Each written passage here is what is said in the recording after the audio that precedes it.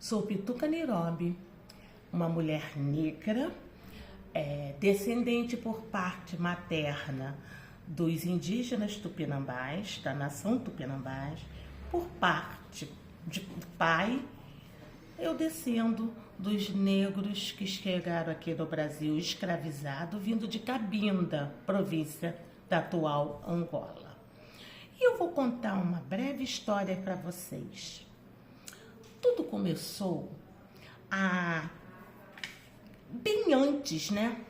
Milhões de anos atrás, já existia aqui os povos originários. Para quem não sabe, os povos originários são os indígenas que já habitavam esse território, esse continente, esse país, que chamava Pindorama. Mais ou menos, né, em 1526, a porta aqui em Pindorama, uns homens brancos europeus vindo de países como Portugal, Espanha, Holanda, Inglaterra.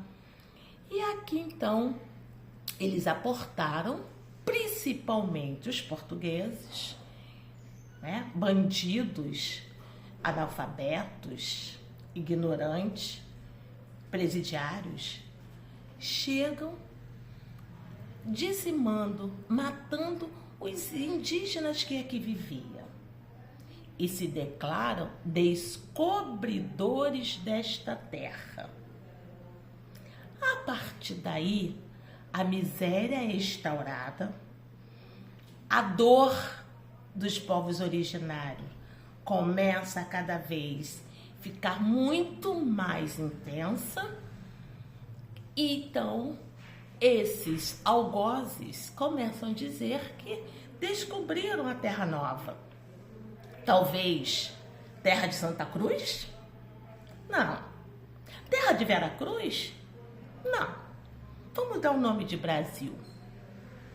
E assim passou para os livros de história a descoberta dos portugueses ao Brasil. Quem? Pergunta a vocês. Você consegue descobrir uma coisa que já está descoberta? É a nossa primeira mentira. Passado alguns anos, né, esse povo que descobriu, que já havia descoberto Pindorama, que dizima toda a sua população, né, a maior parte da população, né, dos nossos originários, não satisfeito, vai ao continente africano e lá invade diversos países, enchendo os navios tumbeiros de corpos negros, homens, mulheres e crianças, para que no ex-Pindorama e atual Brasil labutasse, trabalhasse para enriquecer esses homens brancos europeus. Assim começa a saga de o povo negro, a diáspora negra, a desumanidade sobre corpos negros. Bem, gente, o tempo foi passando e o país escravocrata foi enriquecendo os brancos europeus e chutando para os canteiros os povos originários indígenas, massacrando indígenas negros pobres.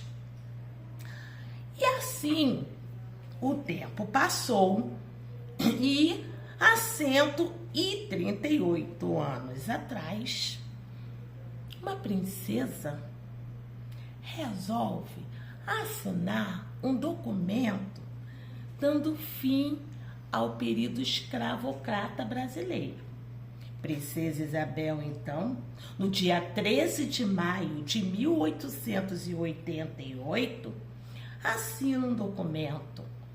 Era como se abrisse a porteira, empurrasse todo o povo negro para fora e fechasse a porta do Brasil para aquele povo que não pediu para vir para esse território, para esse continente.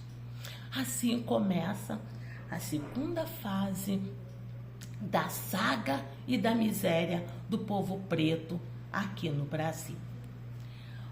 Um ano depois do Brasil monárquico, do Brasil onde tinha reis, rainhas, príncipes e princesas, sofre o primeiro golpe, onde a monarquia é deposta pelos ricos brancos herdeiros da escravocratura do Brasil.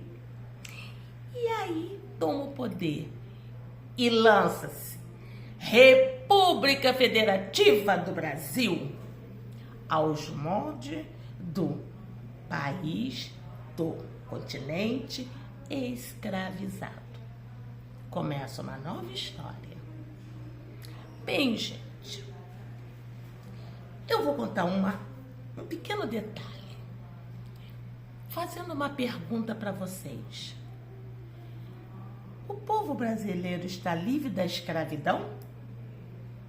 Ou ainda vivemos num país escravocrata? Agora vamos refletir o 13 de maio e vamos refletir Brasil Colônia com o Brasil República de hoje. Vamos lá. Antigamente, os navios negreiros chegavam aos portos carregados de carnes humanas, mulheres, homens, crianças escravizadas.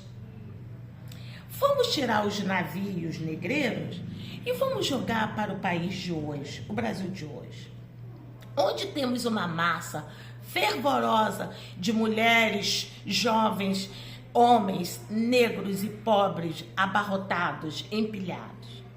Estão dentro dos nossos trens, dos nossos metrôs, dos nossos ônibus.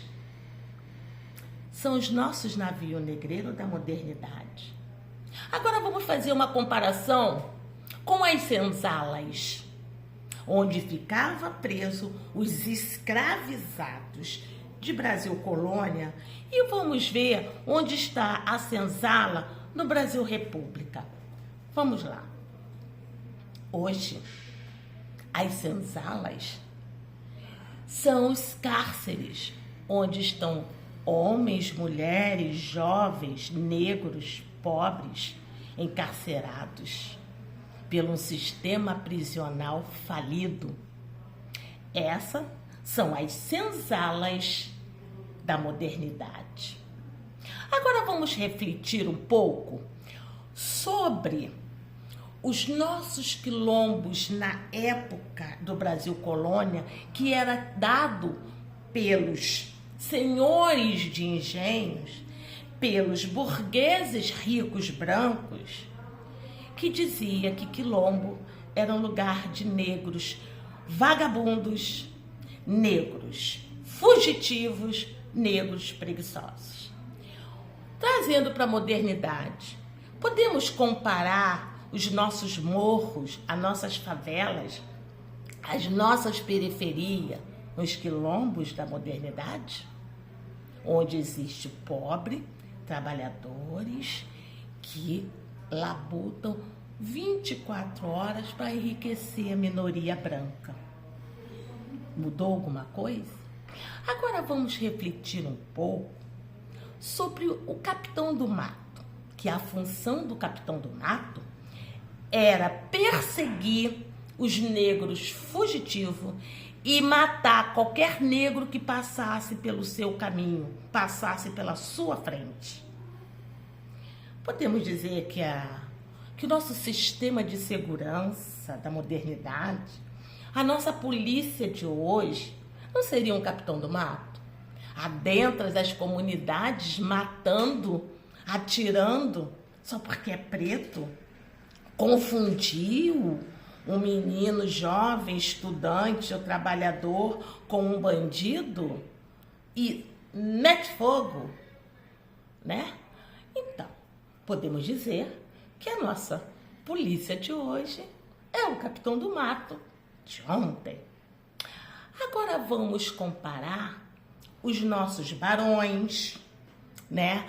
os nossos comendadores, os nossos senhores de engenhos. Onde eu poderia colocá-los?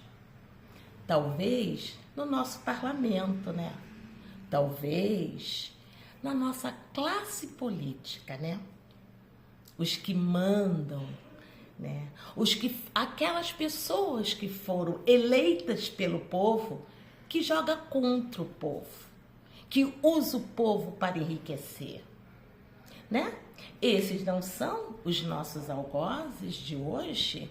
O mal político, o bandido de gravata, não podemos dizer que é os barões, os comendadores, né? Os nossos poderosos senhores de engenho. Bem, gente, até pouco tempo, a gente não podia, o negro não podia adentrar nas escolas, né? Não tinha o direito de estudar. Minha mãe hoje tem 101 anos. Minha mãe nasceu há 37 anos depois do período escravocrata, depois que a Lei Áurea foi assinada. Mas minha mãe conta que a liberdade, mais ou menos, só chegou 50 anos depois. Mas eu pergunto, estamos realmente livres? Realmente o Brasil libertou os negros escravizados, os pobres, os periféricos, os indígenas? Ou a gente ainda continua com a perseguição, ateando fogo nas matas, invadindo terras indígenas? Ou melhor, todas as terras são indígenas. Quem invadiu, quem roubou, foi o homem branco que chegou. E como é que ele pode dizer que é dele, gente? Roubar e ser imune? Só para vocês ficarem sabendo de um pequeno detalhe. Vocês sabiam que assim que a Lei Áurea assinou a liberdade dos escravos, muitos senhores conseguiram indenização porque perdeu seus escravizados? E aí eu digo, e quem pagou para os negros, quem reparou os negros de terem vindo para este continente sem querer, foram arrastados, foram roubados de suas terras? Alguém reparou? Não.